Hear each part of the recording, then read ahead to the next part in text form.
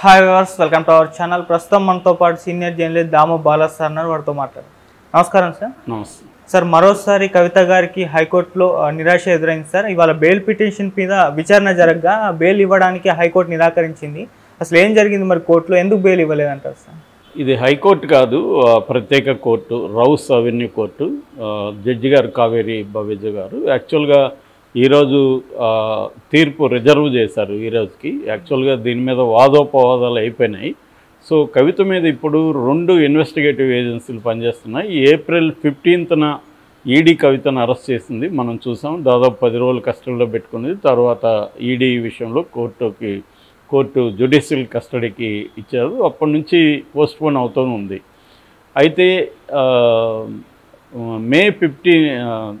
మార్చి 15న ఆమెను అరెస్ట్ చేస్తే April 11న CBI రంగంలోకి దిగింది. సిబిఐ పీటీ వారెంట్ వేసి, ప్రిజనర్ ఇన్ ట్రాన్సిట్ వారెంట్ అంటారు, పీటీ వారెంట్ వేసి కవితను తాము అధీనంలో తీసుకొని 3 రోజులు కస్టడీలోకి తీసుకొని 3 రోజులు కవితను విచారించారు. సో ఆ కేసులో కూడా జ్యుడిషియల్ రిమాండ్కి పెట్టారు. సో ఈ 2 కేసులకు సంబంధించి 2 విడిగా బెయిల్ పిటిషన్లు కవిత తరపున అడ్వకేట్స్ రౌస్ అవెన్యూ కోర్టులో వేశారు. దాని మీద వాదనలు అంతా అయిపోయిన తర్వాత తీర్పు ఈరోజు రిజర్వ్ చేశారు 12 గంటలకు. సో తీర్పులో ఈమెకు రిజెక్ట్ చేస్తున్నాము అనేది చెప్పారు బెయిల్. సో ఇప్పుడు కవిత చాలా బాధపడుతున్నట్టుగా జైల్లో అర్థమైంది. ఎందుకంటే ఆమె ఇప్పుడు జైల్లో మనకు తెలిసిందే, జైల్లో ఎంత సౌకర్యాలు ఉంటాయనేది మనం అనేకసార్లు మాట్లాడుకున్నాం. పైగా ఈమె వేరే 2 మహిళా ఖైదీలతో కూడా ఉండాలి. చాలామంది అదే జైల్లో మహిళా ఖైదీలకు ఎయిడ్స్ లాంటి తీవ్రమైన జబ్బులు ఉన్నాయనేది కూడా మన వీడియోలో చెప్పుకున్నాం. ఆ రిపోర్ట్ కూడా వచ్చింది. సో అందువల్ల కవితకు జైల్లో అంత సేఫ్టీ కనబడలేదు. మామూలుగానే తిహార్ జైలు పేరుకి పెద్ద హై సెక్యూరిటీ జైలు, దేశంలోనే నెంబర్ 1 జైలు. కానీ అక్కడ లాస్ట్ టైము ఒక గ్యాంగ్స్టర్ని కూడా చంపేశారు, సో పబ్లిక్గానే. సో ఆ విషయంలో 80 మందికి పైన జైలు స్టాఫ్ని కూడా సస్పెండ్ చేసింది ప్రభుత్వం. సో అందువల్ల తిహార్ జైలు ఏమి గొప్ప బయటికి చెప్పుకునేంత సెక్యూరిటీ ఏం జైలు కాదు. సో మహిళా ఖైదీలలో కూడా చాలా తీవ్రమైన నేరాలు చేసిన వాళ్ళు, లేడీ డాన్లు, రకరకాల ఖైదీలు అక్కడ ఉండే అవకాశం ఉంది. ఏదేమైనా జైల్లో ఆమెకి ఇబ్బందులే ఉంటాయి. సో రెండోది ఏంటంటే, ఆమె ఆల్రెడీ మధ్యంతర బెయిల్కు ట్రై చేసింది తన చిన్న కొడుకు ఎగ్జామ్స్ కోసం. రెండవది తను స్టార్ క్యాంపెయినర్ కాబట్టి తన అవసరం ఉందని అదొక యాంగిల్లో కూడా ట్రై చేసింది.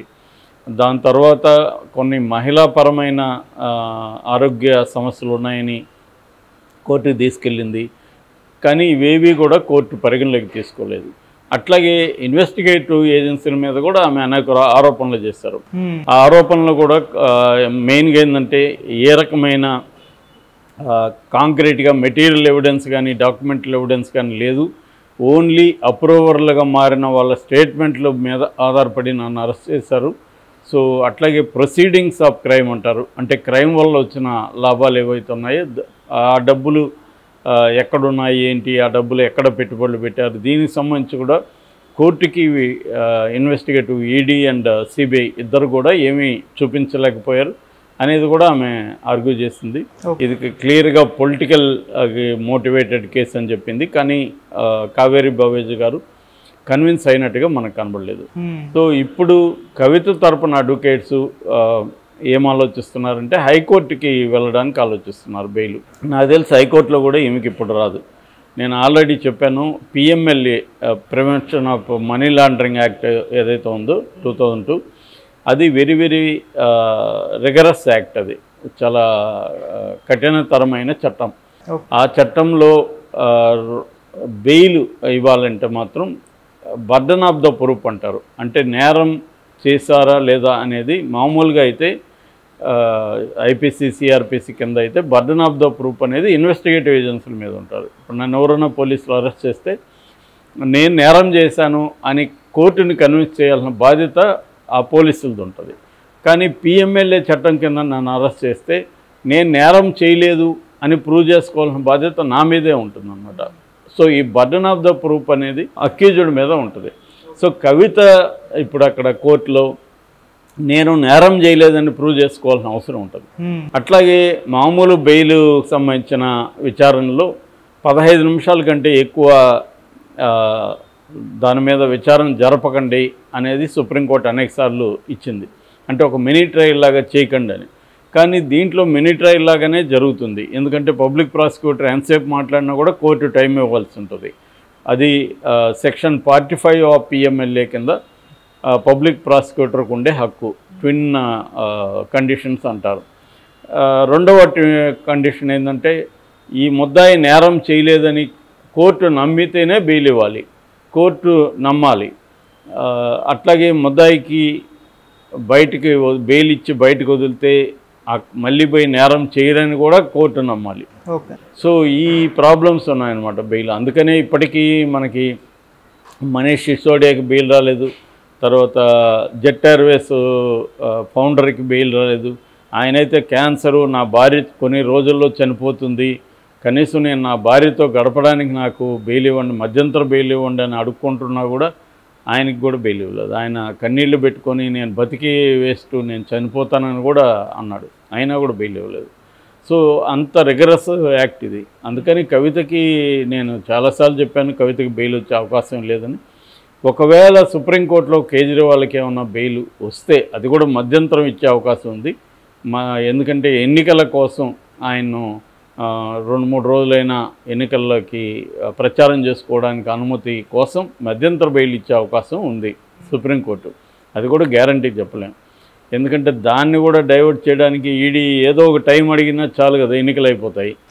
సో అది ప్రాబ్లం. ఇక్కడ కేసీఆర్ కూడా ఇదే అసలు పెట్టుకున్నాడు. కవితకి ఈరోజు కానీ బెయిల్ వచ్చుంటే ఆమెను హుటాహుటిన తీసుకొని వచ్చి తనని స్టార్ క్యాంపెయినర్గా ఇక్కడ ప్రయోగిద్దాము, బీజేపీ ప్రభుత్వం ఎలా తనను వేధించిందో జనాలకు చెప్పడం కొంత సింపతి వస్తుందని కేసీఆర్ కూడా అనుకున్నారు. అందుకని ఢిల్లీలో అన్నీ రెడీగా పెట్టారు. పూచికత్తు అడిగినా ఏది అడిగినా ఇవ్వడానికి రెడీగా పెట్టారు. అయినా కూడా నిరాశ మిగిలింది, కవిత రాలేదు. కవిత అరెస్టు క్లియర్గా కేసీఆర్కి కూడా దెబ్బ అని చెప్పాను ఎన్నికల్లో. ఎందుకంటే ఆమె నేరం చేసిందని అందరూ కూడా నమ్ముతున్నారు. ఎవరితో మాట్లాడినా ఈ కుంభకోణం ఖచ్చితంగా జరిగింది, ఈమె ఇక్కడ తినేది సరిపోక ఢిల్లీలో కూడా పోయి తినడానికి వెళ్ళింది అన్న ఒక ఇది ఉంది తప్ప ఎవరికి సింపతి లేదు. అసలు సింపతి అనే ఎలిమెంటే కవిత మీద లేదు. సో అది చాలా మైనస్ బీఆర్ఎస్కి. కవిత అరెస్ట్ అనేది చాలా పెద్ద మైనస్. సో ఆ రకంగా ఈ బెయిల్ రిజెక్ట్ చేయడం అనేది కవితకు కానీ ఇటు బీఆర్ఎస్కి కానీ కేసీఆర్ ఫ్యామిలీకి కానీ చాలా పెద్ద దెబ్బ అని చెప్పాలి. అయితే నేను చెప్పినట్టుగా ఈ లీగల్ ప్రాసెస్ అనేది PMLA దాంట్లో వెరీ డిఫికల్ట్. సో ఇప్పుడు కవిత హైకోర్టుకి వెళ్తే ఏం జరుగుతుంది అనేది ఒకటి చూడాలి. రెండోది ఇప్పటి వరకు ఉన్న జ్యుడిషియల్ కస్టడీ రేపటితో కంప్లీట్ అవుతుంది. రేపు కవితను మళ్ళీ ప్రొడ్యూస్ చేయాలి. ఎందుకంటే గతంలో కోర్టులోకి ఆమె వెళ్తున్నప్పుడు ఆమె మీడియాతో మాట్లాడడం, దీని మీద ఈ కేసు గురించి నెగిటివ్గా మాట్లాడడం, ఈ కేసును ప్రభావితం చేసే విధంగా మాట్లాడడం, ఇవన్నీ చూసి కావేరీ భవ్యాజ్ గారికి తీవ్ర ఆగ్రహం వచ్చింది. కవిత లాయర్ల దగ్గర ఆగ్రహం వ్యక్తం చేసింది.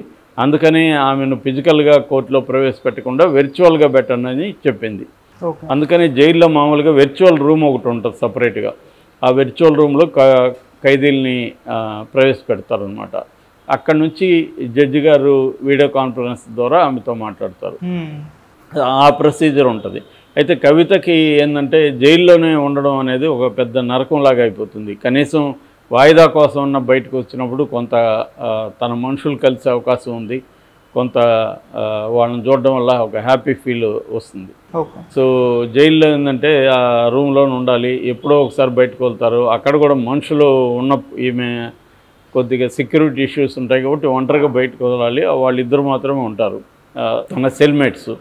సో అందుకని కనీసం మనుషులతో కలవడం కూడా ఇబ్బంది అయిపోతుంది ఇట్లాంటి ఖైదీలకి. సో అందుకని వాయిదా కోరుకుంటారు మామూలుగా. సో మరి రేపు అది జరుగుతుందా, మళ్ళీ వర్చువల్ ఇదే అవుతుందా అనేది మనం చూడాలి. Okay sir, thank you so much.